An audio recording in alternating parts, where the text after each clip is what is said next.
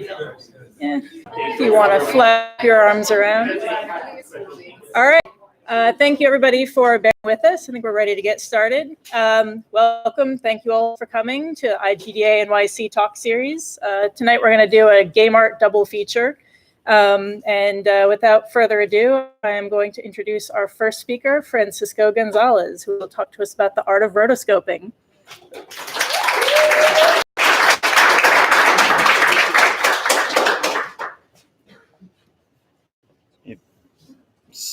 All right, peril avoided. Hi, everybody. Thanks for coming. This is my talk, Raiders of the Lost Art, Rotoscoping for Video Games. I had to stay on brand and use a pun. So before I start, I just want to say that this talk and the examples are really more focused on what I do, which is low-res 2D pixel art, but the technique of rotoscoping can really be used for any resolution 2D art. Also, some slides have a little bit of very pixelated, violent content and some censored nudity, so I will give you appropriate content warnings before each. So let's get started with the existential crisis slide. Who am I? My name is Francisco, as I said. Hello. I am an indie developer based in Brooklyn, New York. I primarily focus on point-and-click adventure games. I started my adventure game career in 2001 with a little series called Ben Jordan Paranormal Investigator. I went commercial in 2013 and released 3 other games. The Golden Wake, which came out in 2014, which was a rise and fall story about a real estate agent in 1920s Miami. Shardlight in 2016, which was a post-apocalyptic story about a young lady looking for a cure to a disease, as well as trying to bring down a corrupt government. Very cheery. And my most recent release was Lamplight City, which came out in 2018, which is a detective adventure in an alternate steampunkish Victorian past, where you play as a detective trying to get the voice of his dead partner out of his head. You'd think I would remember this off the top of my head with how much I've talked about it. And I'm currently working on a game called Rosewater, which is a Western set in the same world as Lamplight City. And I will be giving examples later on from all of these, with the exception of Shardlight, because I did not do the art for Shardlight, but I did the art for everything else. So, what is rotoscoping? Let me take a read of the room. How many people in here actually are familiar with rotoscoping? That's a good amount. Excellent. Cool. So I will give you the definition, from Wikipedia, which says that it's an animation technique that animators use to trace over motion picture footage frame by frame to produce realistic action. It's commonly used as a tool for visual effects in live action movies. You probably are most familiar with it from its use in Star Wars, the old Star Wars, where they actually, before CGI, had to paint over the lightsabers to make them achieve that lightsaber effect. Yeah. Yes. What is not rotoscoping? Rotoscoping is not just tracing. Despite the fact that tracing is a part of the process, I want to make very clear that it's still a complex technique that requires precision and experience. And now that I've gotten that disclaimer out of the way, I'll talk about a bunch of other notable examples of rotoscoping and its use in the media. But first, a little bit of history. We wouldn't be able to talk about rotoscoping without talking about this gentleman right here, Edward Muybridge. A woo for Edward Muybridge. I was not expecting that. I'm sure you'd be very happy about that. So he didn't actually invent rotoscoping, but he did lay the groundwork for it. He was famous for his work with photography and coming up with one of the most unique spellings of the name Edward. That was actually not his birth name. Well, it was. He was born Edward spelled E-D-W-A-R-D, Muggeridge, but he adopted the first name Edward as the original Anglo-Saxon form of Edward, and the surname Muybridge, believing it to be similarly archaic. So he was kind of a hipster before hipsters were a thing. He was born in England. He moved to America at the age of 20, and he started working as a bookseller. In 1860, he said, "I'm out. I'm going back to Europe." But on the stagecoach on the way, you can't make this guy's life up. On the way to, I believe, Texas, he had a stagecoach accident and he suffered a massive head injury. which caused him to have to go back to England and recuperate. And it's believed that this massive head injury and his time recovering is what gave him the inspiration to do his work in photography. So if it wasn't for that fateful accident, we might not have had rotoscoping. Also, fun fact, he was a murderer. He shot and killed his wife's lover. Actually, he shot and killed his wife's lover. But he was acquitted because it was considered justifiable homicide. His wife's lover was named Major Harry Larkins, but he wasn't a major. He was a drama critic. Like I said, you can't make this stuff up. And Muybridge came up to him and said, "Good evening, Major. My name is Muybridge, and here's the answer to the letter you sent my wife," and shot him point blank. He also, fun fact, had a son named Florado Helios Muybridge, but he never acknowledged him because he thought that his wife's lover was the father's. So that's him. Anyway, horses. In 1872, the former governor of California, Leland Stanford, hired Muybridge to settle the important question of the day. Does anybody know what the most pressing question of the day in 1872 was? Someone shout it out.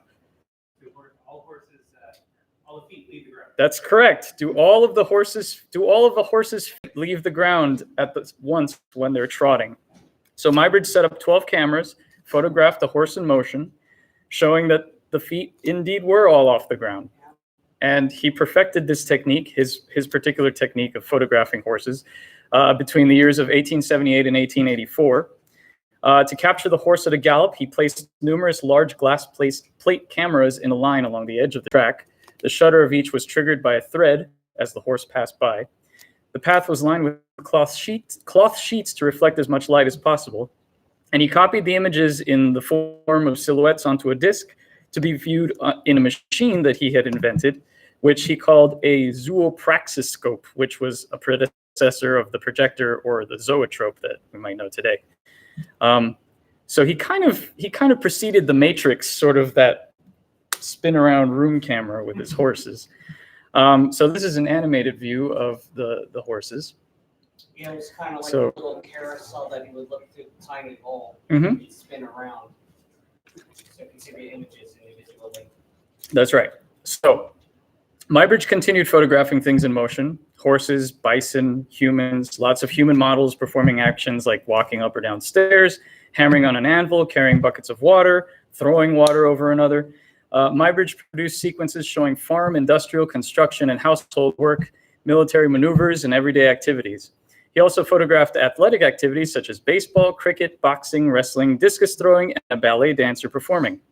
And the reason I'm not going to show you any of these is because most of the models were naked or lightly clothed, so we're not seeing that. Anyway, now let's talk about the inventor of rotoscoping, Max Fleischer. He co-founded Fleischer Studios with his brother Dave, which you may know for cartoons such as Betty Boop, Popeye, Superman, etc. The recent video game Cuphead took heavy inspiration by the style of the Fleischer style of the Fleischer style of animation. In 1914, first commercially produced animated cartoons started appearing in movie theaters, but people generally felt that the animation was stiff and jerky. So Fleischer devised an improvement in animation through a combined projector and easel for tracing images from live-action films, which he called the rotoscope. And this device enabled Fleischer to produce the first realistic animation since the initial works of Winsor McCay. Although his patent was granted in 1917, Max and his brothers Joe and Dave Fleischer made their first series of tests between 1914 and 1916.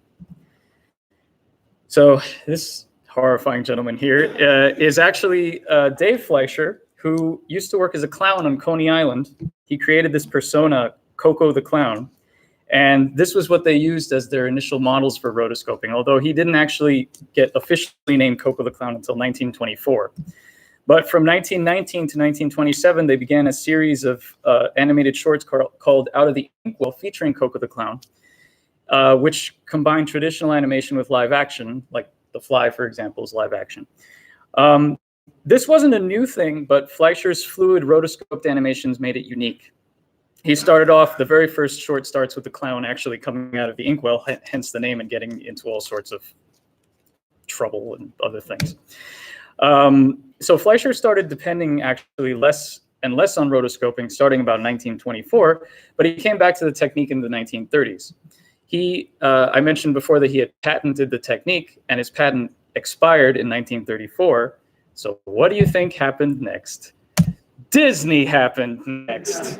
They swooped in and said, we're going to use rotoscoping.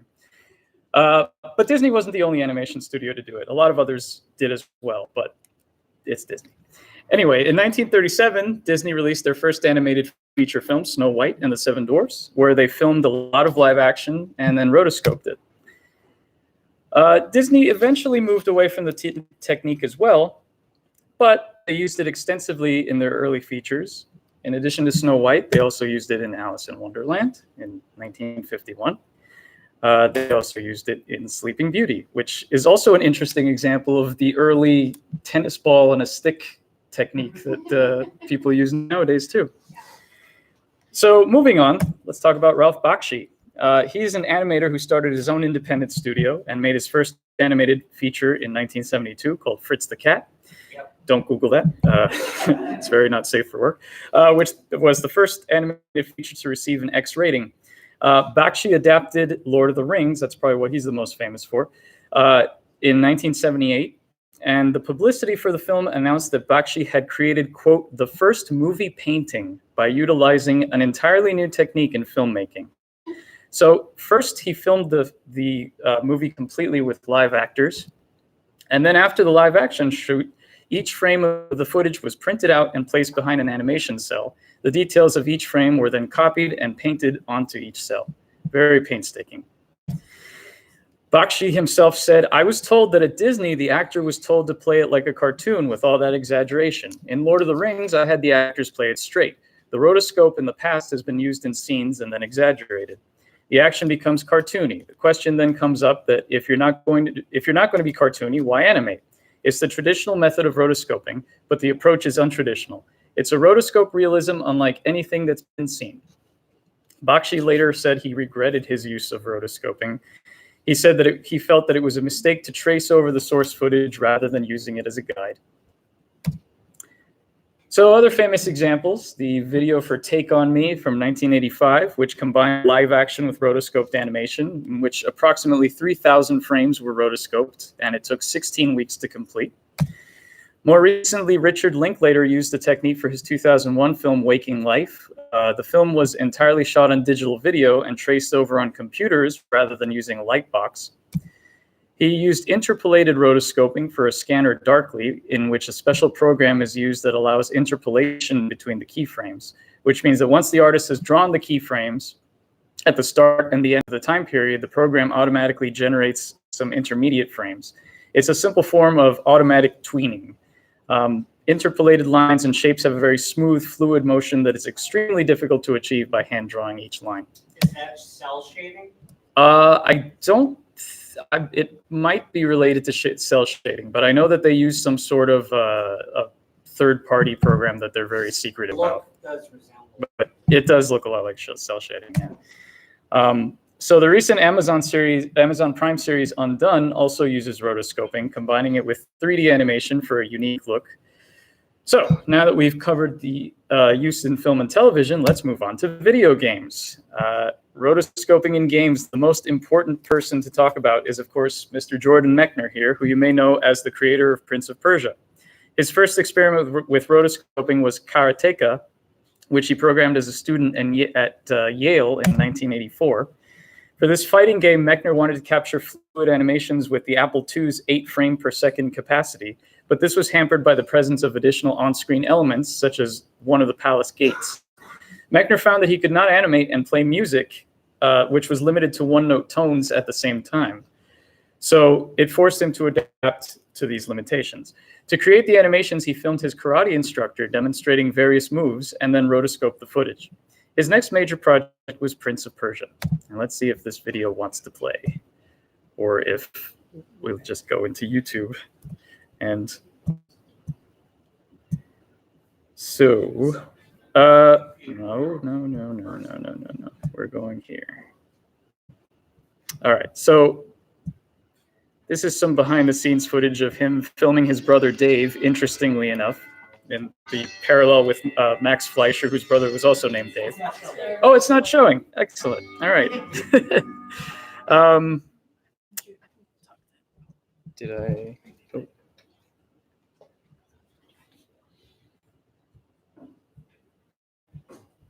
Oops.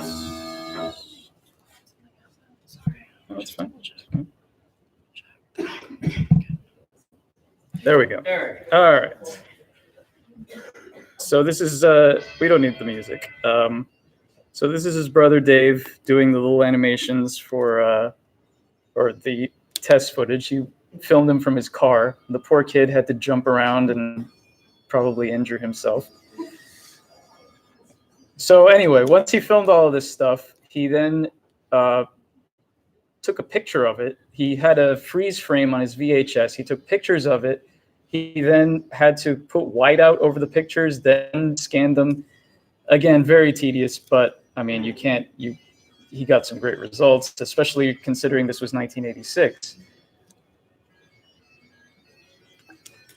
My favorite part of this video is coming up where we see some people from his office, presumably, who he's like, oh yeah, you'll be the prince you'll be the princess hugging the prince, and go ahead and hug, and they're clearly like,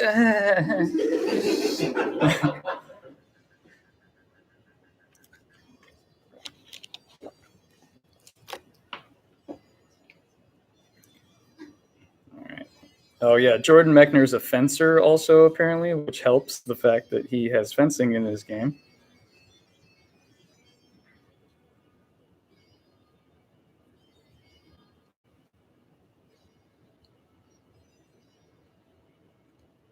By the way, he has a really great GDC postmortem on Prince of Persia where he talks about his technique as well.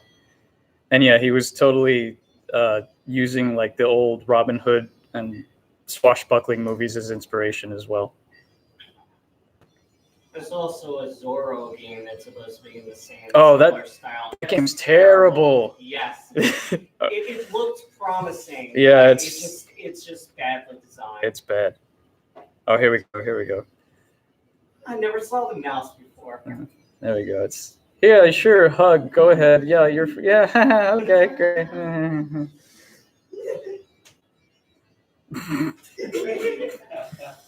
Is that enough? Okay, thanks, Jordan. Bye. Just give him the eyes. Anyway, did it? Okay, Are we back? Okay, but now we're back at slide. right here. Is this? Yep, click it, and it's going to give you your library of. Got it. All right, awesome. Thank you. Okay, let's go back to here. All right, so Mechner's next game, which used rotoscoping, was The Last Express, which is a historical piece about intrigue and plots on the final journey of the Orient Express. This came out in 1997, and by that time, technology had evolved somewhat, allowing the process to be used in a much more expansive way.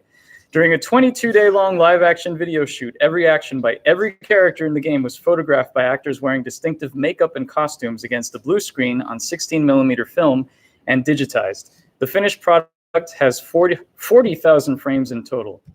And there's a video explaining this, but we'll skip over it. But basically, they just made everybody up in these really cool, like, comic book, like, very thick line. It kind of looks like if you all ever played the more recent Telltale games, like The Walking Dead or The Wolf Among Us, that have that very stylistic sort of like comic book look. Yeah, they made up they made up the actors to look like that, and then they digitized them. So moving on, one genre that embraced rotoscoping following the success of Prince of Persia was the cinematic platformer. Another World, or Out of This World as it's called here in the US, was a great example. This was a game that was designed by Eric Chahi in 1991 and released by Delphine Software, in which you play as a scientist accidentally transported to an alien world who must figure out how to escape, or more importantly, survive. Much of the game was animated with vector graphics, but there was a significant amount of rotoscoping used, as you can see here, especially that gun, I believe, was made out of cardboard. And that's, yeah. There's a fun little glitch there. If you see when the hand comes up, he forgot to rotoscope below the wrist. I I'm not gonna. What am I doing calling out poor Eric Chahi? I mean, come on there. But yeah, anyway. Delphine Software also published Flashback in 1992, another sci-fi cinematic platformer designed by Paul Cuisset about an amnesiac on the run from mutants. In this game, all the animations were rotoscoped, and the main character, Conrad, has a distinctly fluid set of motions, as well as realistic weight when he runs. So, content warning, violence in the next slide.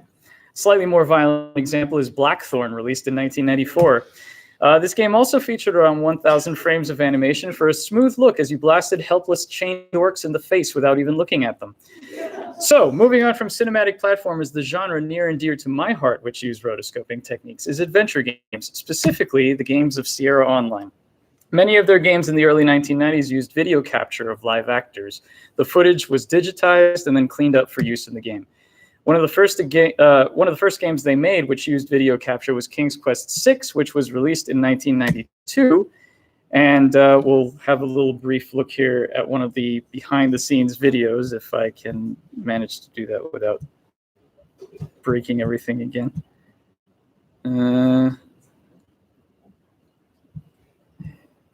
Or maybe not. Well, okay, it's fine. We don't need to watch the video. Roberta can live without us having to watch her. Okay, anyway.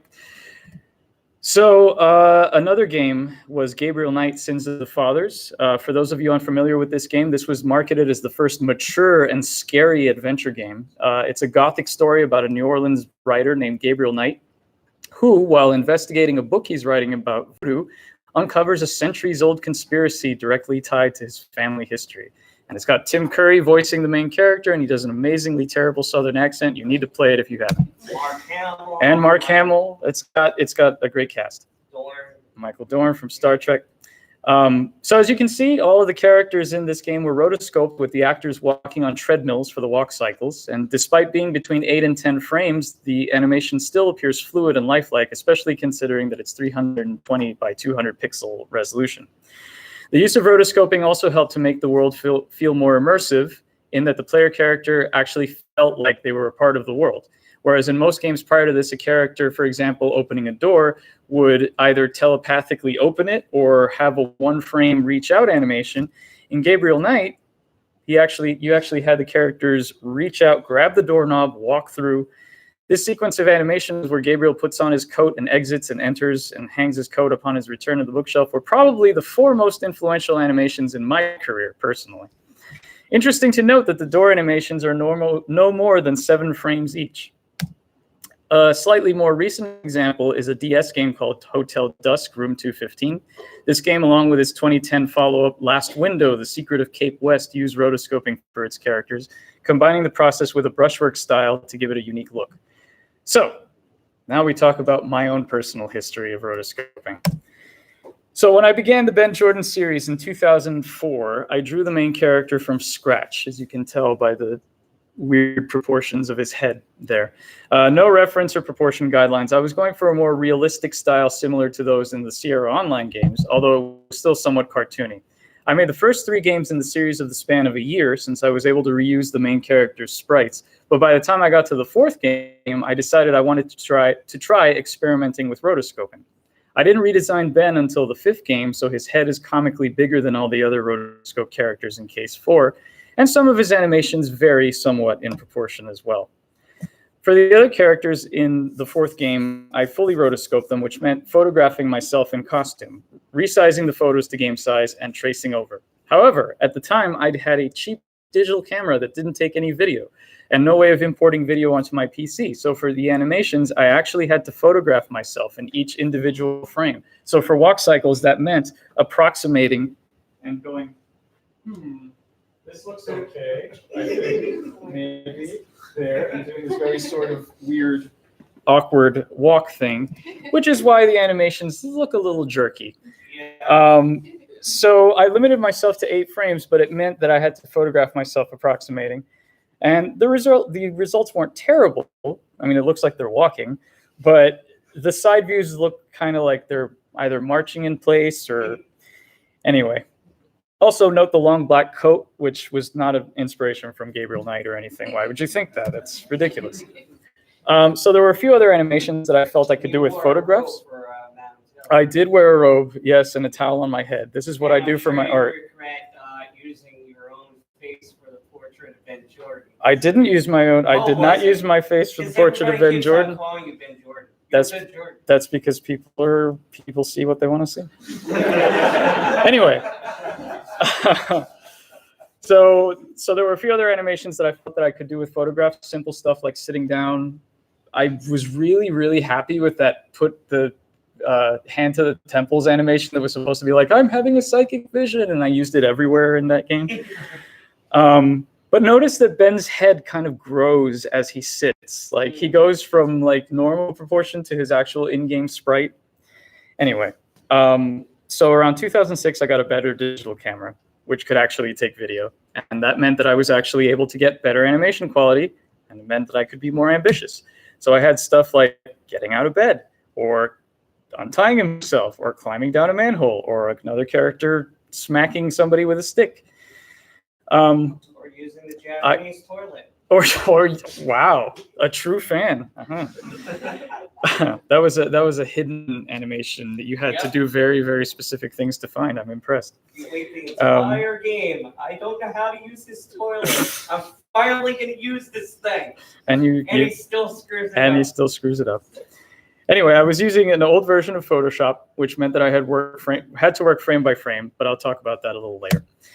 So my first commercial project, The Golden Wake, at this point, I got extra ambitious.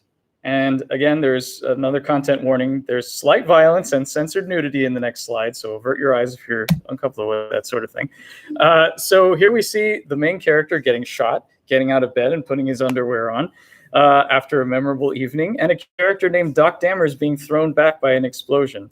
If you, for some reason, want to see the uncensored version of the middle one, A Golden Wake's available for purchase in Steam on GOG right now. Side note that at this point, I had gotten a smartphone, which made taking and importing video even easier. My biggest ambitious scene in A Golden Wake was this dance scene, which I did by surreptitiously filming some people at a 1920s party. So if you happen to have been at a dance party of 1920s theme in a warehouse near the Hoyt Skirmerhorn stop like 5 years ago, thank you. It reminds me of the speakeasy from Laura Bow, the dancing. That's right, but I'm proud to say that my dancing has way more frames than theirs. Definitely, but I'm saying. I get you, yeah. It's inspired by it. Cool. So in my most recent release, Lamplight City, that was my most ambitious animated project. In the previous games, I had animated the walk cycles and some special necessary animations like the ones I showed before.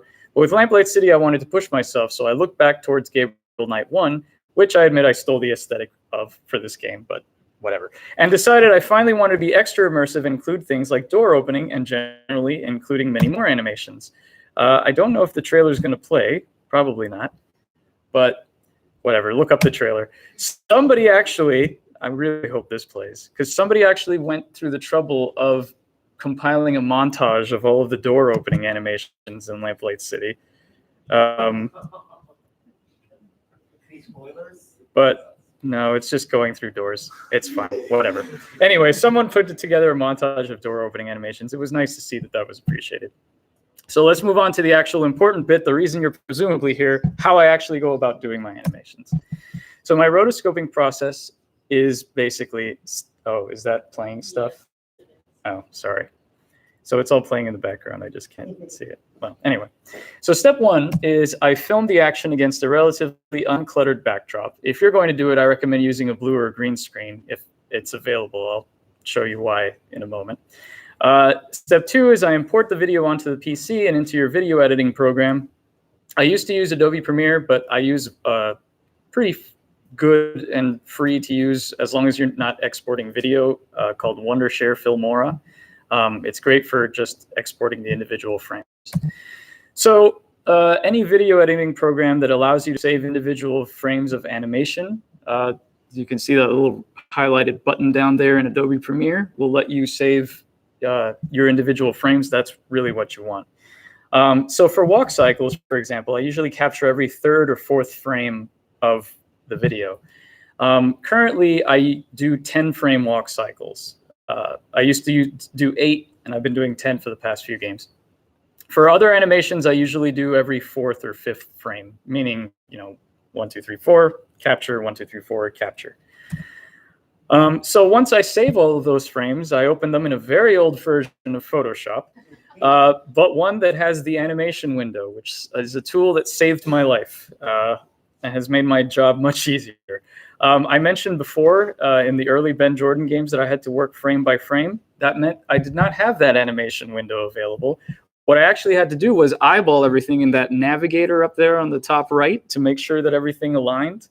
That's partly why the early animations look so jerky, and we'll see an example of that in just a moment. So the next step is I crop each of the frames, and this is especially important in the front to back and diagonal facing walk cycles, since your subject is moving towards and away from the camera and getting larger and smaller. You want to crop it so that the top and the bottom of the rectangle is more or less the same distance from the top of the head and the bottom of the closest foot, respectively. For side walk cycles, you really only need to worry about the widest stance, and you can keep the height the same. And for animations where the character stands in place or doesn't cover much ground on the z-axis, it's possible to crop the frames after putting the animation together. So once you have your individual frames cropped or open, it's time to put them together with the animation tool. So then I copy and paste them, or I take the first image and I copy and paste every subsequent one into the first one so that it creates the little film strip, so to speak. And at this point, I usually resize the image to the size that the sprite will be in game, so that you can, as you can see in this example, it's gotten a lot more pixely. So this is what it looks like initially when it's all put together. And the front view has been resized, the side view hasn't. You'll notice the jerkiness of the animation, mainly due to the fact that the images were cropped from slightly different positions. So with a little bit of tweaking, which meaning going through and kind of aligning them all within the animation tool. You want all the boxes to be the same width and height and be centered so that it won't twitch. Well, you want the main box to be the same width and height. You can move the image within that to a center point, usually using, say, the head as a guideline, so that they're all in the same point and they'll smooth out a little bit more like that. Yes. So with that, when you're trying to line up your individual images from your sequence, is it possible to have like reference points that you purposely, not like full motion capture, but like maybe like 1 or 2 points that you have on your original frame? Yeah. So for the benefit of the stream, the question was, is there any reference points that I use for this? And yes, I usually will use either the head or the shoulders or some part that I know usually stays more or less stationary, maybe like the waist, the center part. But yeah, I usually keep one center thing just to make sure, especially between the last frame and the first frame, that there isn't too much of a jump. That's the key.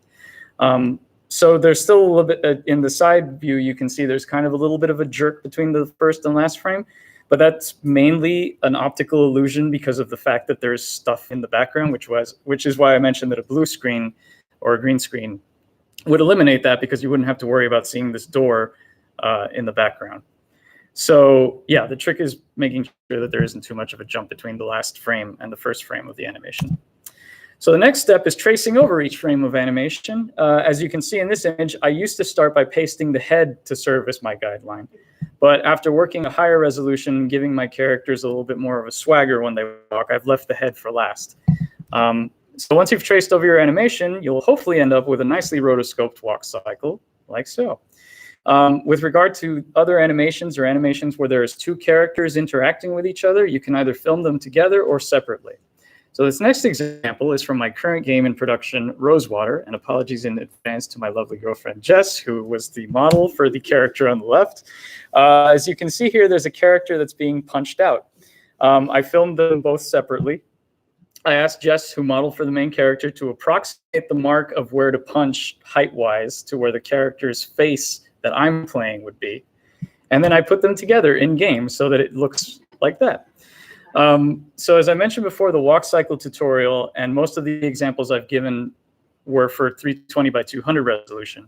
Lamplight City was double that, 640 by 400, and Rosewater has doubled that again, It's 1280 by 720. So I'm still using pixel art, still rotoscoping, but the higher resolution allows for some more detail. Like full So, throttle, what's that? like full throttle. Yeah. style. Yeah, like full throttle style. So here's a couple of walk cycles at the resolution for the characters in the game, which is roughly 275 pixels tall. I try to give each of the characters a sort of a unique little swagger walk cycle to convey their personalities, as well as to avoid them looking too similar or stiff. And also, these were clearly filmed some time apart, judging by the hair length. So this is what they look like in game. And as I mentioned before, I put the head in later so that the head would kind of be more natural, a more natural bob. It's still a little weird looking because they're walking in place, but in game it looks more natural. So with regards to my ambition, we didn't get to see the Lamplight City trailer, but there's a scene in the Lamplight City trailer where there's a close-up of the main character reaching into a drain and pulling out a gun. And it's in first-person view. You see his arm go in and pull out the gun. I did that by filling my kitchen sink with water, putting a can opener at the bottom to substitute for the gun, put my camera on a tripod, and then just kind of went like that. And it was the only scene of that kind in the game. But I decided that with Rosewater, I wanted to emphasize certain action scenes, so it would make more sense to have full screen cinematics. So I did a test to see if it was within the realm of possibility. So I filmed a close-up of myself taking a sip from a mug, pretty simple, loopable, reversible action. And using slightly larger pixel brushes in an attempt to see if it was possible to get looking good, I came up with this. And the result was a little rough, but it was just a test. So far, one of the more ambitious full-screen animations I've done for Rosewater depicts the end of a fist fight where one character punches out another. So for this, I filmed myself in both roles, changing costumes slightly. It's been challenging, but the trick has been keeping these sequences short enough that they don't require hours and hours of work. This is what it looks like in game. Keeping movement to a minimum also helps. This was the first of the scenes I animated where the characters actually moved toward and away from the screen, which meant drawing several versions of their faces instead of just resizing, because if I had resized, that would have ruined the clean pixel look. So since Rosewater is a Western, it's also meant needing to include things you'd expect to see in an Old West game, like horses. And thankfully, because of people like Edward Muybridge and lots of riding lessons on YouTube, there's a lot of footage on YouTube that can be used as reference for rotoscoping. So yeah, there's horses. It's great. Now, yeah, who knew? So one point I do want to make is that in a game where stunts may be required, it might be tempting to do them yourself. In my younger days, I took plenty of falls for my art, but as I've gotten older, I've realized that it's just not worth it. In Rosewater, there's a scene early on where a character gets thrown out of a second-story window, rolls down the slanted roof, and falls to the ground below. And I wondered how I was going to do this. In Lamplight City, there was an animation that required a character to fall off the side of a roof. I also wondered how I was going to do that. That was the last stunt I performed. I got up in a chair and I jumped onto my bed. But this time I had no idea how I was going to do it. This is how the animation looks in game. But thankfully, it did not require me to roll down any ramps or anything. Instead, I went on YouTube and I looked up rolling downhill, which got me a wonderful reference video from which I took this. So the moral of the story is there's plenty of footage out there of people doing crazy things that you can use for your own purposes. So I will wrap up by leaving you with a small warning. If you decide to adopt rotoscoping in your own work, you may be required to get creative. I mentioned before that Rosewater has horses. And as a result, it has characters riding horses, and I needed the characters to animate riding horses. And again, rather than just having one standard riding pose, I wanted to give each character a specific pose. You know, you got your confident guy in the front, you've got the slightly, normal, you got this guy a little hesitant in the front. I wanted to give each of them their unique riding stance, but sitting on a horse is not the same as sitting on a chair. It requires the characters to be at a height where their legs actually dangle. So I thought, how am I going to do this? So I got creative, and I made a horse. I made a horse out of 2 chairs and a weight bench, and I sat on it. And then I took a picture and I sent this to Jess and I said, look, I made a horse. And she said, oh dear, please don't die. And then she said, it looks a little unstable. So if you rotoscope, prepare to confuse your loved ones. Thank you all for coming. This is... Do we have time for questions? Or do we... Yeah, thank you again to Francisco. And yeah, you want to stay up and answer some questions, or we do turn around for the next? Sure. Any questions? So when you do an animation and you have the prompts like coming towards camera or going left or right, I'm just wondering like, if you are doing a scene where the character is walking diagonally like the elevator, the mic is. Does that sound like something that you have to film so that you have the perspective, or do you do that afterwards yourself by just shrinking the size of the animation? Yeah, so what I do in cases like that where the character is coming towards or away from the camera, either walking towards or diagonally, is when I crop the sprites, instead of doing them all to the same size, I'll just say, okay, here's the top of the head, here's the bottom of the foot, or where the foot hits. And I'll just use that as a guideline for each sprite, and there'll be difference. They'll be the same height, or rather, the base footage will be different heights. But then when I resize them to game size, I just resize them all to the same size. So like, they'll all be, say, 250 pixels tall. They'll be different widths, but proportionally, they'll still be the same. And then when I put them in, the standard frame for the animation might be, 250 by 130 or whatever. Like some will be wider, but it'll all fit within that frame. You had a Yeah, I was wondering, do you have like more of a passion for tattletale games like cartoonists, or like you go more for a realistic game? So I feel like I don't know. That's an interesting question because I've always kind of adopted more of the like Sierra Online, more realistic proportion style, and I kind of feel that that's what I've used as my own style. That's kind of where I'm at right now. Because rotoscoping, I find, doesn't really work as well with cartoony animations because of the fact that they're so exaggerated. Like what Ralph Bakshi was saying about, like Lord of the Rings being very, very standard. Whereas more like traditional cartoon animations would want the more like, whoa, type thing. And I'm not. But yeah. I like tattletale, so that's why I'm also into the realistic. Right. Anybody else? Do you find that when you're modeling for your own characters, you're like acting in some ways or getting into character at all? Oh yeah, absolutely. Especially when I'm like, when I'm coming up with walk cycles, I'm like, all right, this guy's kind of a jerk. How am I going to walk? And I'll be like,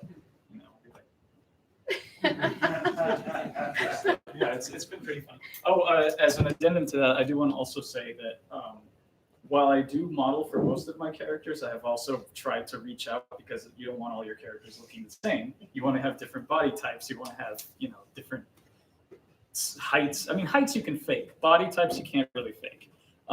So yeah, just try and get very nice friends too. I have Ivy has very kindly rotoscoped some characters. Your code is on the poster. It's Kenneth Cole, right? No, it's not Kenneth. What was the brand that's going to sue me? Cole Haan might sue me for their code. Anyway. It sort of brings up when using footage, like found footage. Is there any legal implications you have to be careful of rotoscoping?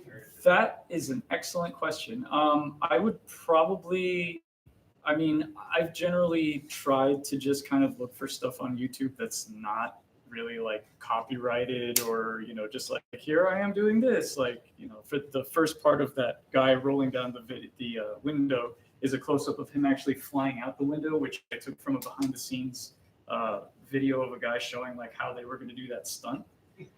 So yeah, I feel as long as you're not tracing over an already established piece of animation, like certain companies that will remain nameless, but I already named in this presentation have done, they've recycled their own animation. But I feel as long as you're not taking something that's already like, okay, this is very identifiable as this thing, then anything's fair game. I could be wrong though, so don't take that. It's pretty much hidden by your own style. Yeah, So you can't so- really tell what it was from. Yeah. Do you find yourself now that you like are looking for inspiration or like stuff?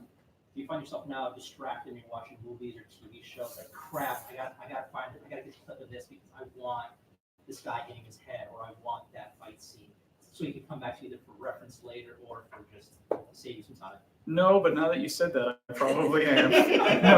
No, actually, interestingly enough, no, I haven't. I've kind of, the thing I struggled with the most was that, like, the guy rolling down the thing. And once I actually got inspiration from that did you ever see 3 Billboards Outside Ebbing, Missouri? No. Okay. Has anyone seen 3 Billboards? All right. So there's a scene in that movie where the character played by Sam Rockwell, who's this horrible, horrible racist sheriff, goes upstairs to a newspaper building and just throws the guy out the window. And he just does this horrible little boop, boop, boop.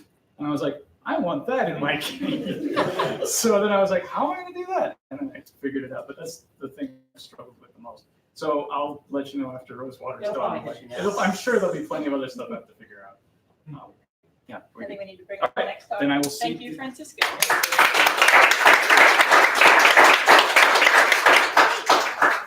And please join me in welcoming our next speaker, Justine Raymond. It's so fancy a podium. Hi, everybody. Welcome to my first talk. This is my first talk, and I'm really excited. So be nice to me. I'm nervous, but it'll be okay. I'm going to hit pause. So I'm here to talk about demystifying UI. So it sounds like a really boring title, but a lot of people that I've spoken to just have no idea where to start or how to start with game UI. It's just kind of something that someone did one time, and no one ever told anyone how to do it. And from that standpoint, I think that this will help at least shed a little bit of light on how to start. So first, who am I? My name is Justine. I'm a game artist and art director. I am currently a lead game artist at a studio in New York called Digital Continue. Hi, my coworker's back there. I have about 8 years in game development. So I graduated college in 2012, and since then I've been working in all sorts of games. So I worked in mobile games. I did an MMO at one point, and now I'm working in console games, which I like the best. It's really fun. But I've kind of done a little bit of everything. So what do I do exactly? So for me, I am the art department. I always joke because when you're in an indie, you kind of do all of it. So you don't really have very granular roles. Like I'm the texture artist. It's kind of like I'm the brand guy and the website guy and the animation guy. So I kind of do a little bit of everything. So I am entirely self-taught. I actually went to school for film and animation. So rotoscoping made me feel right home because Edward Lloyd Bridge is exactly what we studied in animation school. So, you know, I kind of learned everything by winging it or just learning on the job. I got my first job in 2012 at a mobile game studio, and I kind of just learned everything there. He just hired me because I could draw and do After Effects. So that actually worked out. I have no formal training in game art whatsoever. So again, I learned everything outside of school. I think I took one game design class and made a weird board game about shopping. So I don't do any of that now, but it was really fun. So, you know, I kind of had to teach myself. I'm still learning. That's the fun part is, you know, every time I do a new game, I learn something completely different that I never knew I was going to work on. Like if you told me in college that I was going to be doing Switch games, I wouldn't believe you. So it's been really fun because I'm still kind of learning what I do, and it's a really good challenge. So what this means for you, there's a lot of good news. Everyone else is still learning, so you can start right now. So since I'm learning new things on the job every day, that's a great point for you guys to jump in and kind of do and learn what's going on. So with new consoles coming out all the time and different certification processes, it means the UI is always changing. So there are no standards that are the same every time you make a game. Every time you make a game, something's different. Someone has a 4K television. Like there's so many things that kind of get tossed into the mix. So it's a good time as ever to learn because you're going to be learning right along with people who actually do it for a living. Because every time someone comes out with PlayStation 27, like it's a whole different thing to kind of work toward. So there's also new ways of playing games. Like we've seen the resurgence of VR. Like that's a totally different thing that people haven't really been designing for. I've never designed for a VR game. Handheld devices like a Nintendo Switch, that's both console and handheld, you know, that really affects kind of how people are playing. So you can always learn because there's new things every day. Design trends. Now these are finicky. You've probably seen them develop over time if you've been playing games for a long time. Like we went from super over-rendered, gritty things to very, very minimal UI that's just text on the screen. So things change all the time with graphic design and visual design, so those will also change along with your UI. And resolution is nebulous. So this is my favorite one. So things change a lot. Nintendo Switch is notoriously evil because not only do you have to optimize for a handheld device, but you also have to optimize for television. So those things are totally different, that have totally different viewing things. So I always joke that every time I do a Switch game, I'm like, oh my God, this is the worst because it's so many unanswered questions that are really just not fun. So overall, this is the fun question, but what is UI? I'm sure everyone's heard of it. Everyone has interacted with the UI at some point in their life. So UI just stands for the user interface. So it's anything that is graphical on the layout of your game, phone, website, all of those are UI. So it's just, what are they clicking on? What is the text they're reading? What are the images they're seeing? Anything that's not your game, basically your UI. So here's an example from a game that I made a couple years ago called Next Up Hero. So this was a console, Switch, and PC game. So this is just an example screen for the character loadout that we did. It was kind of like a dungeon crawler game that was really fun. It really focused on player abilities. No, it's a lot different. The art style is pretty reminiscent of it. But so I did almost the entire UI on this game, which was really fun for me. It was my first console game, so I learned a lot because coming from this, I came from mobile games, which were completely different. So I kind of just, again, threw myself into the fire and, I had to do it. So I kind of learned a lot when I got to do it. This is another screen from Next Up Hero. So this is our kind of our options and controls menu. So we had to communicate a lot of information. So just trying to manage all these different things. This is a screen from Super Mash, which is a game we actually just launched a month ago. Hooray. A totally different game, as you can see. Like every time you do a UI, it's probably going to be a lot different than the one you did before it. Like going between these two, night and day. Even colors are opposite, So depending on the game that you make is really going to alter what things look like. So it's always really fun to kind of design a new different experience. So this game, basically the TLDR version it's a game that makes games, and you pick from two classic genres, you smash them together, and a game comes out. So it's a really crazy game that had a lot of things to juggle. This is another screen from the game. When you play matches, you get a dev card. These things are just random things that you pick up that you come across in the level. So what does a game UI artist do? As a full disclosure, I come at this from an indie developer, so I'm not a AAA. I don't have experience doing AAA UI. I'm assuming it's a lot more granular. It's a lot more organized. So this is all from Gorilla on the team, indie UI design. And it also is mostly focused in Unity. So I haven't worked on Unreal. So this is just for usually like Unity advice. So I always joke, but literally the first step is doing the UI. Like there is no mysterious secret. You can do some research. I always joke that it's the draw the rest of the owl meme where it's like a circle and then suddenly it's done. And you're like, how did they do that? I don't know. I illustrate and I still don't know. So I usually start with something called a wireframe, which is just a basic layout of how the screen looks. So it's no pretty graphics, no bright colors. It's just a box. And then you click through boxes and it's really exciting. That's not the exciting part. Then you create the assets per screen. So what the boxes look like, all the little fun piddly bits, and you maintain the design scheme across the game. So step 2 is moving the same pixel back and forth 40 times. It's a joke, but really design is a lot of back and forth. I always joke with my engineers that, I'm like, oh, I moved this 2 pixels. Does it look better? And they're like, what? It doesn't look any different. And graphic design is all about knowing what things are really fun and what things work, what things don't work. And sometimes that's just clicking back and forth for an hour until you find something that looks good. Believe it or not, that pixel matters. So it's always really fun to do this stage. But it is very iterative. Like 99% of the time, you do not stick with the first menu you designed. You will change it 40 times. Your designer will come to you with a whole new feature that they added last minute. And you're like, okay, my UI is done, but now I have to put that in. And it's all figuring out problem solving and figuring out how to get the things in that you need to get in. Naming and packing the assets. So this is a really important stage that I think a lot of designers don't talk about. Every game is going to be different. You're going to have a different procedure for every game. But you really want to make sure that you have a clear naming convention, that when an engineer looks at your art, they know what that is, they know where it goes, they know what screen it's on. Because if you're just like blue box, they're like, okay, what the hell does the blue box do? Where do I put this? So it's really fun and annoying for them to figure it out. So you want to make sure that you have a really consistent naming convention. And again, like I said, it can change per studio, can change per project, but just making sure that things make sense. There's no rules here. It's all about the studio that you work at. And then you give them to an engineer, and then you don't do anything anymore. That's my favorite one. So you just give it to them and they figure it out. Again, this is from an indie studio, so I have the benefit of my coworker putting the UI into the game, so I don't actually have to put it into the engine. That does change. Some studios have UI artists that actually put it into Unity and they lay it out. They don't hook anything up, but they just stick it in.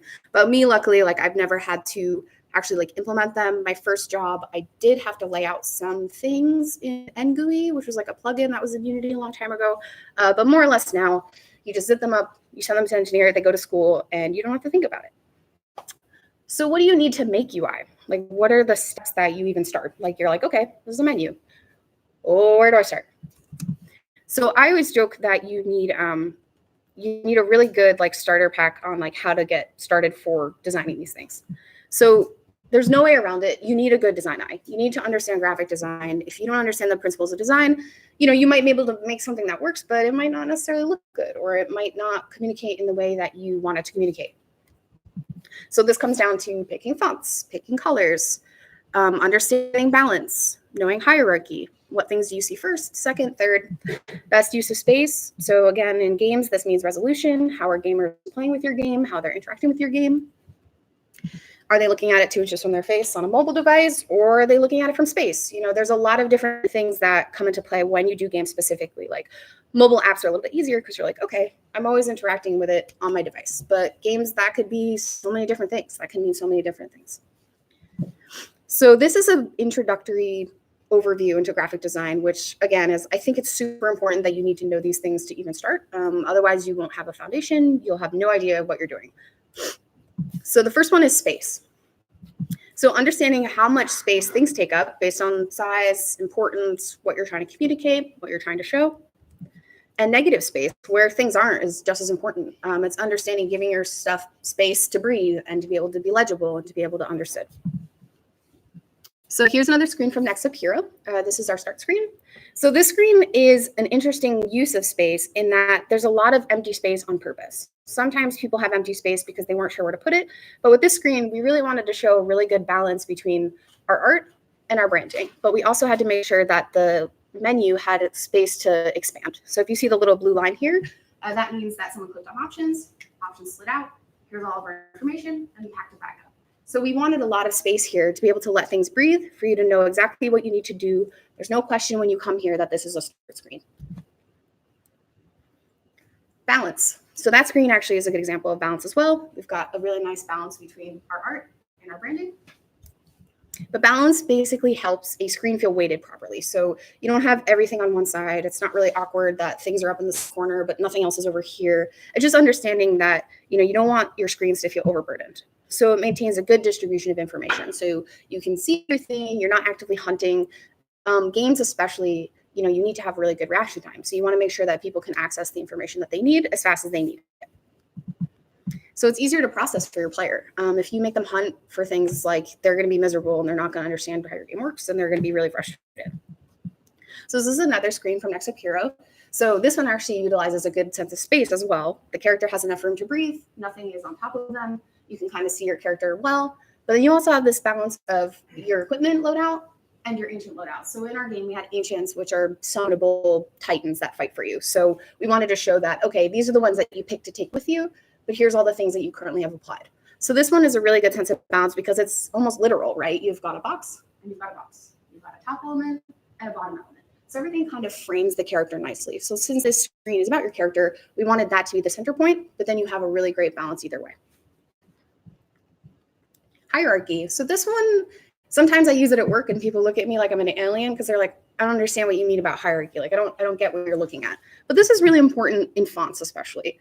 It can apply to graphics as well, but I always find it is very useful when you're doing typography or you're trying to put in titles in your menus and things like that. So it helps draw attention to the things that matter. You want people to see this title first and then all the piddly bits later. So this is a good example of that as well. So the larger it is, the more important. That's usually the rule how it goes. There's other things that play into it, but that's probably the one that you're going to need the most in UI. So this is the screen you just saw. So this is pretty familiar. When you look at this first, you're like, okay, I see my character. Oh, I see his name, because his name is the biggest font on the screen. And then naturally your eye is going to follow all the different hierarchies down to the bottom. So you have your primary information, which is the most important. So you know who the character is, you know what they can do, and you know their abilities. And then eventually you're like, okay, there's a profile here, there's a loadout here. Oh, there's more characters over here. Oh, I can upgrade him. So it kind of makes you flow through the screen in a way that makes sense. So in font, this is really important. So you've got your header, and then you've got your subfield. So that's probably the one you're going to interact the most with when you do Game UI. Contrast. And again, this is a great example of contrast. But the relationship between things. So it allows the important things that you want to stand out to stand out. This can mean color contrast. This can mean size contrast. It can mean tons of different things in the context. So for example, this is our Super Mash game again. So this has a lot of contrast here. Not only is it color contrast between the orange and the blue, these are opposite colors. So these things are naturally, you're going to see one over the other. But we have a lot of shape contrast as well. So you've got the rounded parts here, but you've got all these angular menus that kind of drag everything back in. So you've got this leading your eye down, and then this leading your eye down here. So you've got a natural flow of contrast here that really helps your information stick out, but then you're still able to kind of pick apart what things that are important on the screen. Color, this is my favorite one. I'm actually an illustrator, so I actually prefer drawing. So this is always my favorite thing when I do design. But maintaining a consistent color scheme is invaluable. Colors evoke feelings, they evoke understanding. So having a basic color theory is really important. Every game is going to look different, and you're going to want different colors to evoke different emotions. So understanding color relationships is a really good shortcut. So if you see a red bar, you're like, oh crap, I'm probably losing health. That's not great. That's been taught to people. That wasn't preloaded in your brain. You just see red and you know that's bad because other things have made that association before. And green is good. So when you get green, you're like, oh, my health is good. I'm feeling good. This is a positive thing. Green means go. So this is another screen from Super Mash. So we actually use color in a different way here, where we use it to organize. So when you see things, you're like, okay, the purple cards are from the same category. The yellow cards are from the same category. So it just allows for quick sorting of information. Like, you know, okay, if I see this one, I assume it's from this genre, or I know where it lives. And again, color comes into contrast here because you have the blue header, which stands out really, really stark against the orange background. So typography, this one is honestly a very hard one. I'm still learning it. You can be here for years and years studying typography, but having a basic understanding of it, this is an example of bad typography, is really helpful to understand what's going on. So choosing fonts is really important, especially for games, because you want people to be able to read your information. You want it to be clear. You want it to be legible. It's a very, very important stage that I think a lot of people kind of look over. And games have unique problems with fonts where you have to worry about localization, which is putting your game in different languages. You have to make sure that you're using commercial use-free fonts where you have the rights to use that font. Because if you embed a font in the game and you never paid for it, or it's not a free one, they could tell you to take it out and you can get in a lot of trouble. I'll go into this a little bit later, but understanding what monospace fonts are and how those can help with your numbers. These are all super important things that I think a lot of people kind of look over. So this is a few examples from Super Mash. When you make the games in Super Mash, you get a title screen. So it's a procedurally generated title screen that comes up with a weird word, and we're able to apply all these different things to different fonts to make them evoke the feeling of existing games. So if you look at this, you're like, oh, that's a Mario font. That's exactly what Mario looks like. If I look at this, like I know I'm going into a gritty action game that has a lot of urban elements. So what's really clever about this as well is that we were able to reuse different fonts to evoke different feelings. So this is Colas. This is a Zelda-inspired font. We also use it up here, and it feels like a traditional JRPG. So you're able to kind of use them, but understanding color and understanding the type can actually help you use it in multiple places. So here's an example of a screen from Super Mash. So it took these random words and slapped them up there. And looking at this, you kind of already have a feeling of what you're about to get into. You're like, okay, there's a Mario part here because I'm probably going to be in a platformer. Here's our little friend here. Then I also have this really ominous runes of. So you're like, okay, I'm going into a dungeon or something that evokes that kind of feeling. So this is a really cheap way for us to effectively show players what to expect with very little effort. So here's another example is the mage and the tough guy. So again, these are all procedural. It comes up with its own crazy titles. So looking at this, you're like, okay, I know I'm going to a JRPG just based on the art, but then I know there's a little bit of an element of something else here. So in here, we've got that Colas font that says, okay, I'm in a JRPG. Okay, I'm talking about mages. This makes sense. But I'm also in a Metroidvania level. So I know that I'm probably going to be playing a guy who shoots stuff. So using fonts is a really great shortcut to helping people understand what your game's about. Repetition. So repeating elements provides structure, provides clarity, and it's familiarity. So when people see it, they know what to expect because they've seen it before, either locally or through the game. It provides unity and cohesiveness, which is really important, especially in things like inventories, menus, scrolling things. You want people to be familiar with the elements that they're seeing. So this is from Next Step Hero as well. So this is that ancient loadout that I actually mentioned in the side. So when you come in here, you're presented with all these different characters, but there's repetition here. So you know that these shapes are all going to be containing an ancient that I get to use. And they also repeat up here. So you know, okay, logically when I click this, it goes up there. So it's just keeping a consistent language and making sure that you know where things are and to be expecting where they go. So that's the brief graphic design essentials. But you also kind of need to know UX. So this means user experience. So this is something, again, you could study for years and years. You know, there's jobs that are literally just UX design. It's just understanding, you know, how user uses your product. So most smaller studios, again, don't have both. So usually UI gets to do all of it, which sometimes I wish I had a UX designer because I'm not a UX designer. And sometimes, you know, you think the thing is good and then you get it in someone's hands and you're like, I made a mistake. And you don't know that until people actually interact with your product. So basically is just summarized by, you know, how does a user expect your game to work? Like, have they seen a game like this before? Is this a brand new experience? Like, you know, how are you moving between screens? Like, what is the expected behaviors? Like, if you play a first-person shooter, you have some pre-installed knowledge of how those work. So you want to make sure that you're tapping into the user experience that other games have done, or if you're iterating on a new one, you have a purposeful vision for why you did that. So I always do a wireframe pass before this. So I mentioned it earlier. It helps make things, you know, sometimes they make less sense on paper than, you know, like they make less sense on paper than you thought of. You're like, oh, this is a great idea. Then you get it in design, you're like, I've made a mistake. This is terrible. It doesn't make any sense. So wireframing cuts out a shortcut for understanding what your UI will look like. So this is just a side note for anyone that designs mobile. There's an app called the Vision app. It's a free app, but it lets you do a wireframe completely on the phone. So you can actually get it into your hands immediately with a few boxes, and you can understand how these menus work. And it's free, and I've used it so many times when I've done mobile games. So this is an example of a wireframe. So this is for our game Jumpstream. It was an online game for Mixer. If anyone's familiar with Mixer, it's a streaming service where people could real-time battle a streamer. So the streamer controlled the character, and players would place tile sets to navigate for them, but they could place traps, they could place good things. So it was a real-time action game, basically. But this is an example for a store feature that we actually never implemented for the game. But this is what I would call a wireframe. So they look a little bit different depending on where you go, who you are, how you design. For me, I usually do like some kind of grayscale where I'm like, okay, you know, here's a layout. So I know it's a store, so I need a buy button. It's my first thing.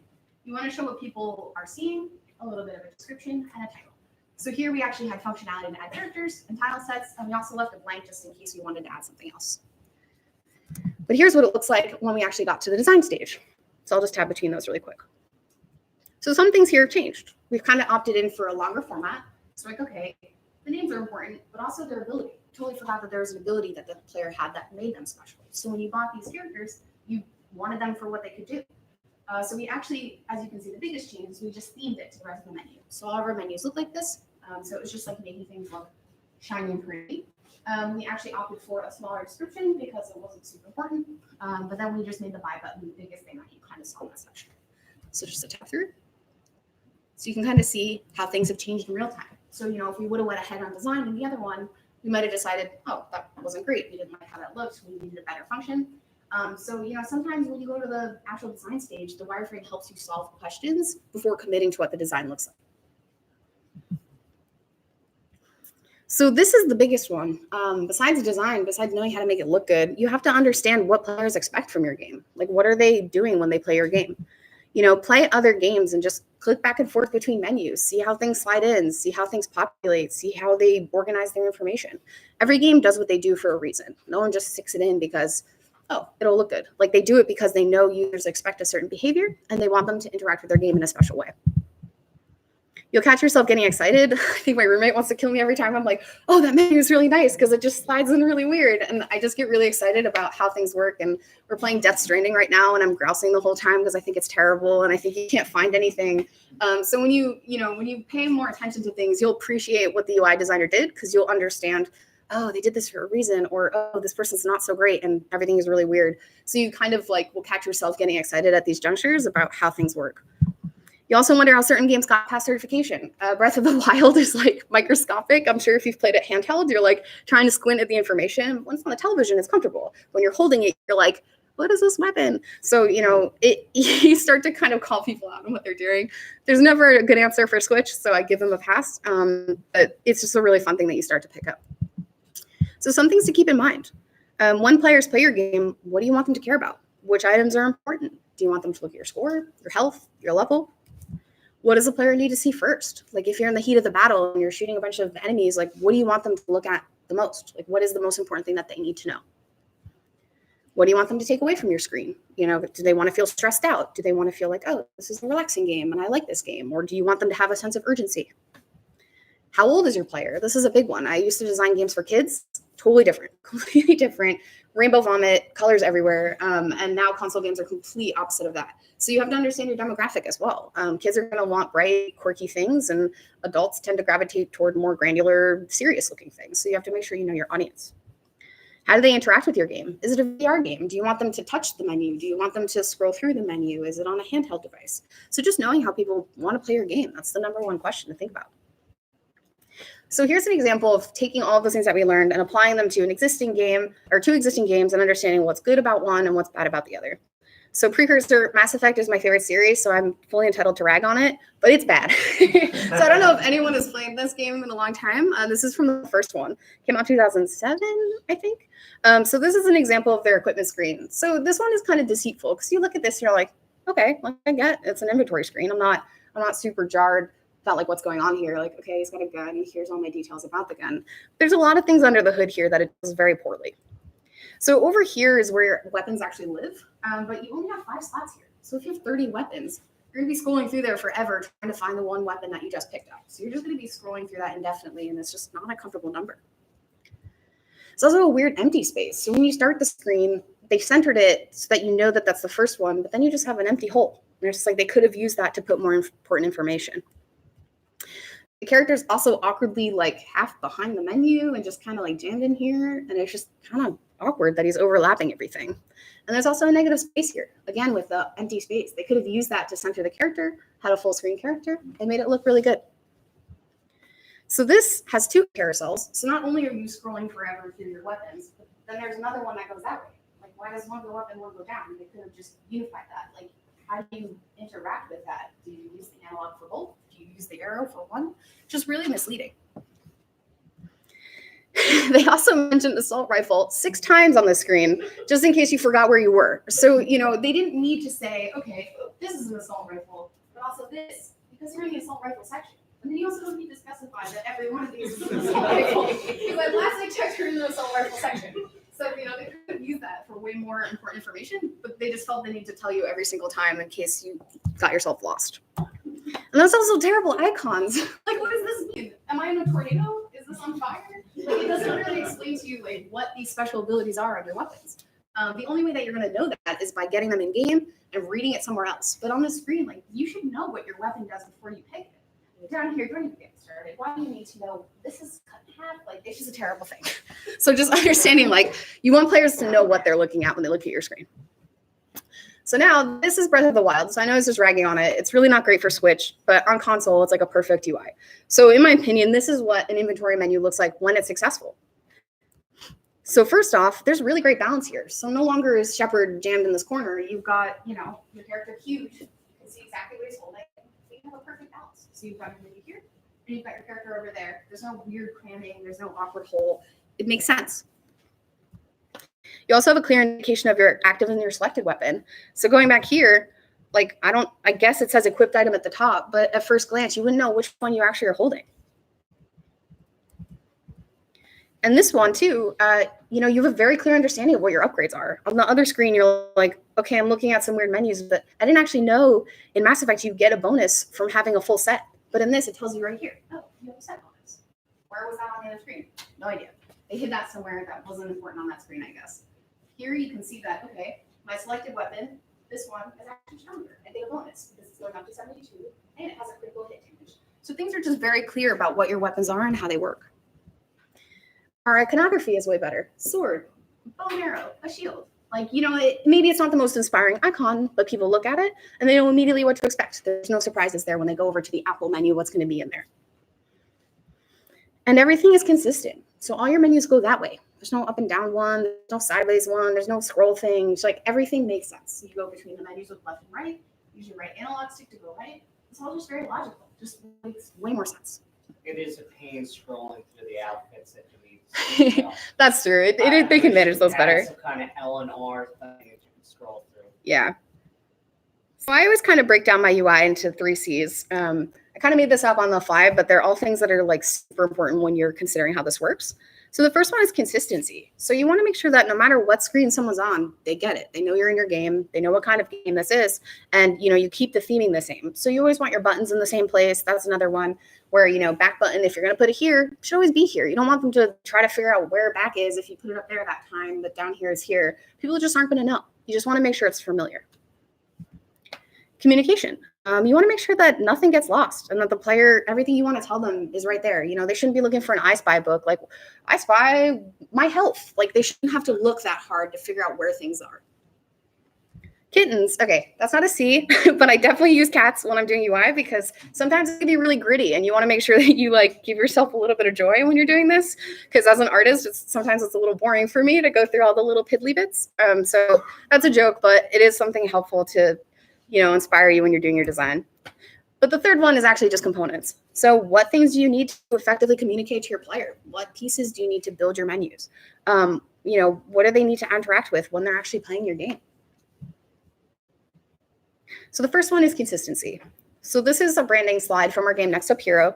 But looking at all these elements, you know they belong together. The font matches, the color scheme is consistent. This is our launcher icon. So it actually matches our branding, which matches our brand colors. So everything is just consistent throughout. You look at this and you know that it's the same game. Even our controller assets for console feel like the same game. They're the same color treatment. They're the same font, bless you. They're the same color.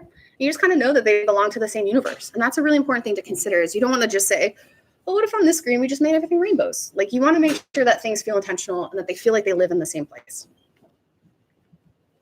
Communication. So this is another screen from Next Up. So this game got very chaotic very fast. So things were always coming at you. Things were shooting rockets at you like this little guy. Things were just always going on. So we really wanted to make sure that a player knew exactly what was important when they needed to see it. So the first thing that you look at UI-wise is probably this, because it has a yellow bar. It's kind of shaped a little bit differently than everything else. And you know that immediately, this is my health. We have brain to communicate that that's my health bar. I've got a special, some other kind of ability. And this was actually our dash meter. So when you dash, it would fill back up. So you saw the most important things first. Then you're like, okay, I'm waiting through the chaos. Okay, what's this menu? Now these things were important, but they didn't actually impact your gameplay too badly. We have our currency, so when you picked up points, we would just go up there. Then you have the secondary menu. We remember those ancients that we saw in the menu? That's how you actually summon them. So as you got enough currency to kind of summon them, they popped out into this menu, and you'd be able to tap through them and then summon them into your game. So this is actually from my jaunt into mobile games. So again, I worked at a kids studio, so I did a lot of really cutesy things, which are really different from what I do now, but I really liked it. So for the communication on this slide, looking at this, you're like, okay, I have to interact with these. It's the most obvious thing. It's the most thing in your face that, okay, I probably have to tap these things. What do I do? And then you're going to look up here. So these are the things that you're actually finding. So the way that this game worked is you would click on this and you'd make a pattern. And then when you unlock that pattern, these little pips would tell you how close you were to figuring out the patterns were real. Then after that, you'd probably look at the tries. So you're like, okay, I have 12 tries to be able to do everything I need to do. I've got some currency, it doesn't matter that much, and I can leave the game. So this tries to tell you the most important information quickly and how to use it. So secondary, these were your abilities. So these we kind of made recede a little bit because they're mostly there for hints. They're like if you get stuck, you didn't know what to do, they're kind of secondary. You didn't really need them, but we wanted them to be there for the player just in case. So components. This is all the fiddly bits. So your containers, your buttons, your pips, your sliders, counters, monospace fonts. So I mentioned this earlier.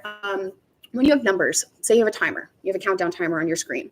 Sometimes fonts don't have the equal spacing for the font. So if you have a 3, it's going to take up way more space than a 1. So you have your numbers actually jittering back and forth as you do the countdown. So it kind of feels like a little weird because like your numbers are constantly moving and they're It's aesthetic mostly, but sometimes it can be really jarring if things kind of slide. So monospace fonts actually give the same padding to every number, even if it's a 3, even if it's a 1. So even your 1 takes up the same space as a 3. So it just looks better as you count down. Think about it as if you have an analog alarm clock, the numbers take up a certain space. So they always take up the same amount of space. So fonts, again, these are pieces of the component puzzle. Localization. So if you want your game into different languages, you want to make sure that you use the right localization. Commercial use free fonts. I always suggest Font Squirrel, but again, every time you download a font, just read the license. Just make sure that you have the rights to use it. Because sometimes, you know, in indie, maybe you'll be in less trouble, but if you're publishing a game on a store, you really want to make sure that you have the permission to use your font because they can get you into deep trouble. And graphics, that's the most obvious one, but understanding like what things look like on your UI. So consistent naming convention. The engineers will love you. So don't make it bad or confusing because then they'll be sad. So just make sure that things are named where they need to be named. So this is all the fun little granular bits. So this might look familiar. This is actually the HUD from the screen. So broken down, you know, we've got our special bar, our HP, and our dash gear. We also have a shield. So when you get extra health, that actually prevents your health from going down. Got our currency bar. These are all different buffs. These are on the screen, but these are just little things that told you, okay, you have a shield on, you have a health buff. We had co-op in the game, so this would flag on the screen and show you where the player was if you got lost. These are if people die in the level, they stay there. So when you walk through the level, you're like, oh, my friend Min died here, I can resurrect him. So it's just letting people know that that player died in that point. And again, these were the ancient songs that I talked about. So this is from that same mobile game that I showed you earlier. So again, totally different style, completely different purpose. But these are a lot more quirky. It's very mobile. If you look at this, you're like, mobile game. It's got the shininess, it's got the roundness, it's playful, very Web 2.0 with all the gradients on it. This is what a pip is. I mentioned pip a lot of times, but pip is just a counter. It's just a number to show without actually typing in a number. It shows you a visual representation of exactly how many things you have. So how do you make an efficient one? What things do you have to think about besides all the design, besides all of the visuals? What makes a game good and what should you be thinking about when you're actually making games? So never bake in your text. So this just says German has really long words. That's usually the one that we joke about that breaks localization just because everything goes from 5 letters to 20. So always optimize for your biggest words just because it will probably get blown out in German. But baking in just means making your words part of the graphic. So if you ever want to localize your game into a different language, you don't want to put that on your text box because then it's stuck on your text box. You can't change it. So, you know, you just want to make sure that you are able to edit it the easiest way possible. And if you bake it into your thing, not only can you not have it in a different language without having different versions of it, but then it makes it really hard to change typos. So this was from that mobile game. And I was like, wow, this is so cute. It's so quirky. All the letters are offset. I was like, oh yeah, I can't actually localize this at all. We were releasing it to French and German and Spanish. So, you know, it looks less cute if you make it even, but it's way more usable. And unfortunately in UI, sometimes usability just means less creativity. And it sucks to say that as an artist because I love creativity, but sometimes it just has to work. And that means making sacrifices for how quirky or silly things can look. Avoid transparency. So this is the #1 way to blow out sprite sheets, to blow out anything. And you just want to make sure that you try to avoid as much padding on your graphics as possible. So games are all about performance, right? So you want to make sure that your file sizes are as small as possible. So here's an example of a sprite from our game Super Mash. So this applies to UI as well, but you have that. You want to crunch it down as much as possible because you're just wasting file size with all this transparency. So reusing assets. Now this one is tricky because you have to find the balance between I'm reusing assets in a smart way versus I just didn't want to make it anymore and I'm using the same box everywhere because your player is going to get it. And sometimes that doesn't necessarily make the best solution as well. But if you can, it's really important to keep your file size down, you know, to reuse your assets. So always think about how you can reuse them. Can I use this box in other places? Can I use this slider somewhere else? Can I use this pip to mean different things? People will know based on context for a lot of things. Some things, again, it's not appropriate to reuse, but most things you can probably find another use for them. So this one is something that I learned when I started working in console games. I had no idea what this was until Chris taught me what this was. But you know, designing with 9 slicing is super important. So what this is, it allows you to make big things out of little things. This is a box. So if you can see, there's 9 different sections in this box. Where's the section in the top? So imagine this is a menu. So these sections, when you rescale this box, will stretch up and down. These sections will stretch left to right. The corner ones stay untouched. So when you have this as a menu, you can see the effect of, if you cut this up into your 9 segments, it's nice and smooth. This doesn't get stretched. This stays the border.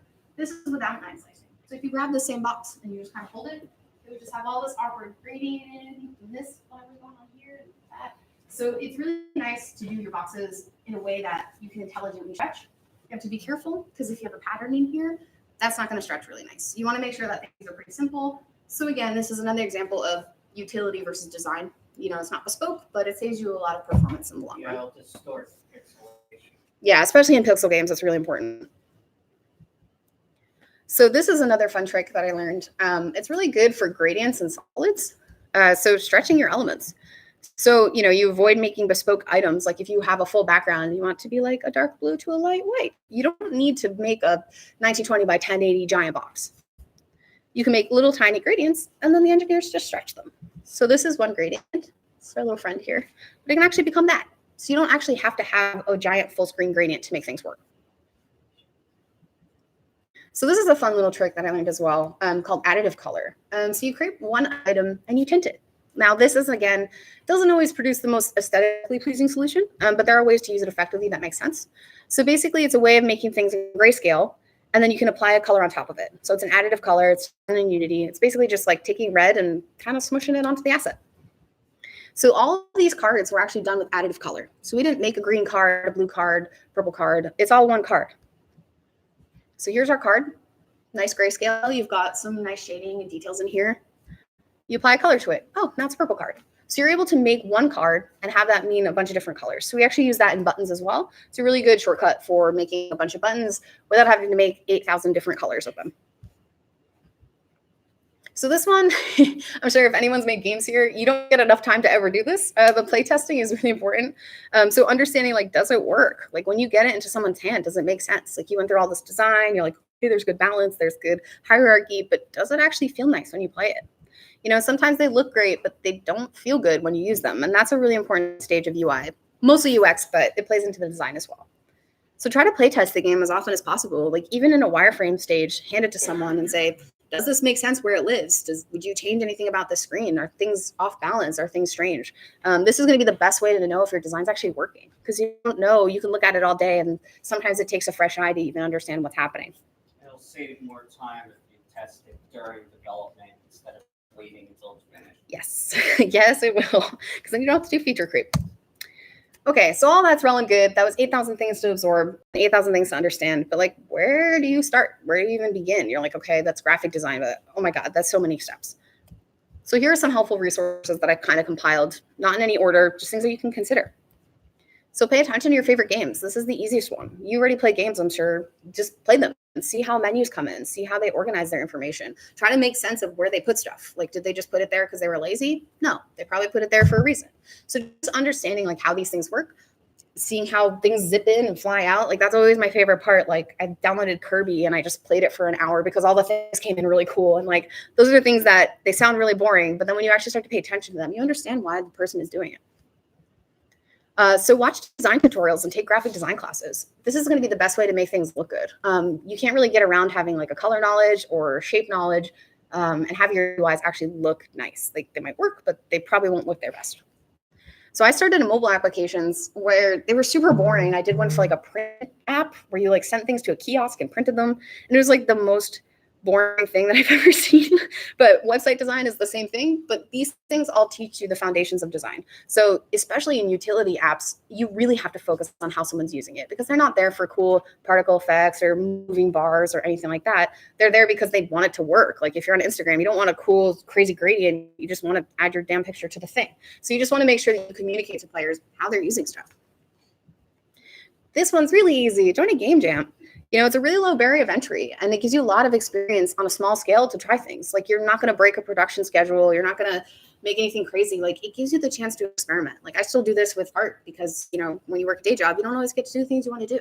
So game jams are great because they let you be crazy. They let you make a crazy vector game. They let you make a VR game.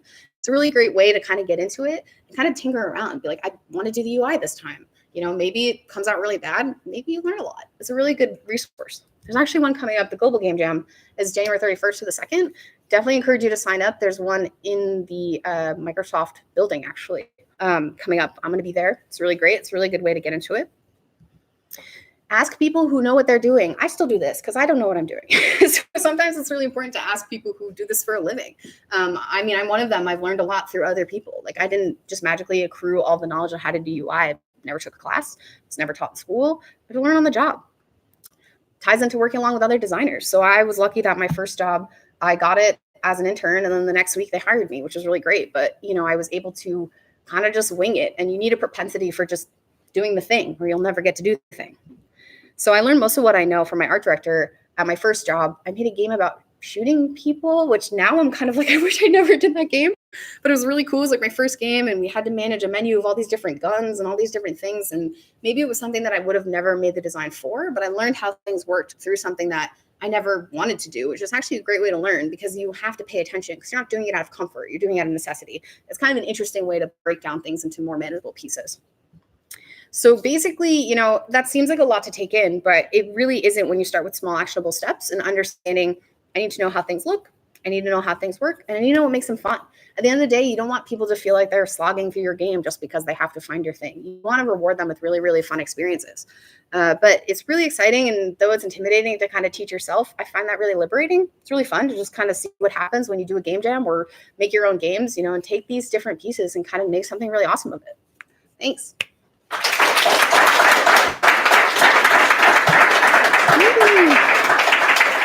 But if anybody has any questions, I would love to answer them. And agree with any Scott. Do you also design the animations within the UI, and how do you communicate those with the developer? So it depends on where you are. Again, personally, like, I don't do any of the animations since I don't lay the things actually in Unity. Microsoft will implement them, but you know how things are going to move in your head probably. So when you look at this, you're like, oh, I want this menu to wipe in. So you would just say to the engineer, like, listen, you know, can we do something like this? Is this feasible? And having that knowledge actually helps them as well. So if you can kind of anticipate that, oh, when I implement this menu, it's going to be sliding. You know, you can kind of let them know that ahead of time, and then they're able to translate your vision into animation. Yes. Similar question with sound. How involved are you with like designing the sound that's going to go with like interacting with like the menu or something? Usually in our workflow, we have a full-time audio designer. So when the UI is actually implemented, we send him a video, and then he actually records to the video. So I don't actually, you know, I might have something in mind, but for the most part, it's like we record it working, and then he just takes it and makes up something. So that might change in a different workflow, but for us personally, that's kind of how we hand it off at our studio. Anybody else? Go ahead. You can go ahead. So you were talking about looking at other games, but one thing I've noticed is that like there are sort of different genre conventions, not just platform conventions, but different genre conventions. Yep. You know, strategy game UI is very, very different from Match 3UI. Right. So would you say like sort of focus in, or just at a base level, just to sort of get the general concepts and then focus later? The best way to start is just play the games that you like to play, even if they're not necessarily the games you're making or the games you're working on, because it's all understanding the different process. And like I kind of mentioned, right, I've worked on so many different games. I've worked on weird, cute mobile games. I'm working on RTS right now, which is totally different than anything I've ever done. So I've actually had to do a lot of learning through this project. So, you know, as you get granular stages and you're like, okay, I've never worked on this type of game, then comes in the honing in of the research. But if you're just idly trying to pick up information and try to understand how these things work, you can just look at anything, you know, look at the games you like to play. See, you know, those are probably the most fun because you like being in there. You like seeing how these things work. And if you pick up a game, you're like, wow, that felt really good. There's probably a reason that it felt good. It wasn't just, you know, they put some boxes in there. There's some intent there. So it's a really cool way to kind of learn how these UI things work under the hood. Because you kind of, a good UI, you don't really pay attention to. And that's the scariest part is like you don't look at a UI if it's good. You kind of just go through it. You're like, cool, I'm doing all the things I need to do. And that's the mark of a successful one is where you don't pay attention to it because it feels nice. But it's basically just, you know, look at the things you like to play, start there. And then if you're making a certain game, look at a bunch of them and how they do it. Some of them are good, some of them are going to be bad, but you'll probably see a trend because, you know, if it's not broken, don't fix it kind of thing. So if it works, you know, sometimes convention says that health bars will always work like this or ammo will always look like this. And you can iterate, but it deviates from people's understanding of the game. So, you know, you can always be creative and try, but conventions kind of exist for a reason, especially in UI. And you have one too? Oh, yeah. This might be tricky to answer on the spot. That's okay. You've thought about it working on, if you've ever done any VR type stuff. But I'm really excited about the AR feature with like glasses and Yeah. especially contacts. Have you ever thought about what UI you design for your own life? Oh God, I don't even want to think about it. It'd just be like an anxiety meter probably for me. So, it'd be really fun to kind of granulate things like that. But yeah, mine would just probably be the amount of coffee I drank and like my anxiety during the day. So those are kind of what I would do for my life, but it depends on like what you do for a living, I would say, and kind of like what resources you find valuable, because as humans, we need resources. So I feel like that would probably be the first thing I would think about when I do it, like cat pets per hour, because that's my life. Go ahead. How long do UI assets like take usually? And how do you like what's the program that you use? Is it Photoshop or is it something different? Yeah, I design in Photoshop just because it's comfortable. That's not to say that you can't do it in other programs. It's just the one that I use for drawing. So it's a great and powerful tool because it can do so many things. Like you saw with Francisco's talk, like you can rotoscope in it. You can also do your UI in it. So it's kind of like a powerhouse program. How long it takes honestly depends on the UI. So as I'm learning now, like I said, I was working on an RTS game, which is a real-time strategy game. So there's a lot of different moving wheels there that I've never had to look at before. So this one is taking me a little bit longer because it's out of my element. That's not something that I'm familiar with. So it kind of depends on your comfortableness with the topic and how complex the UI is. Super Mash was a little bit easier because it's big blocky things, it's big shapes. So we didn't really need to think about a lot of details because we weren't showing a lot of information. But if you're doing an inventory menu, I'm sure that Zelda menu took them forever because you want it to feel good.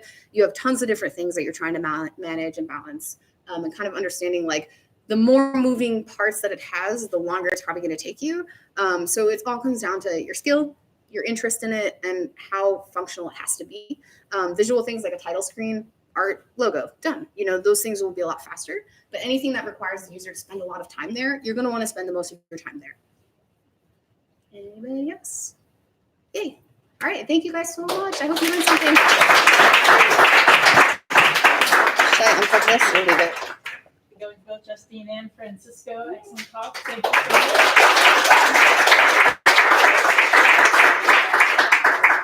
So just a few words before we close.